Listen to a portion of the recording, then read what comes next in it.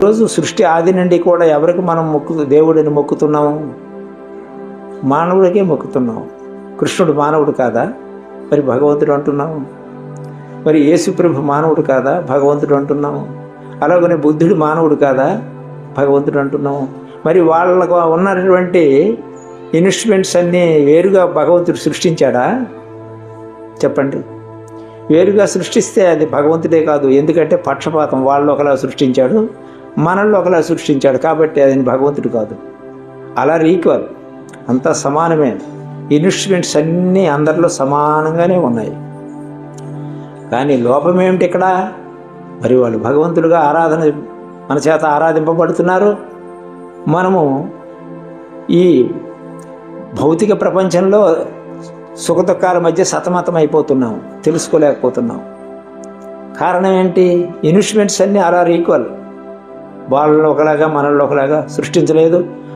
ఆ విషయాన్ని కృష్ణుడే చెప్పాడు. అహమాత్మా గోడాకేశ సమోహం సర్వభూతేషు నమే ద్వేషేస్తూ ప్రియ అప్రియ. నాకు ప్రియులు కానీ అప్రియులు కానీ లేరు అర్జున. నేను ఆత్మస్వరూపుణ్ణి, అవ్యక్త వ్యక్తిమాపన్న. నేను అవ్యక్తమైనటువంటి వాడిని వ్యక్తిగా వచ్చి మనుషుతను తీసుకున్నానని చెప్పారు. సర్వభూతాల్లో కూడా నేనున్నానని అంటున్నారు. ఇప్పుడు వాట్ ఈస్ దిస్ కృష్ణ?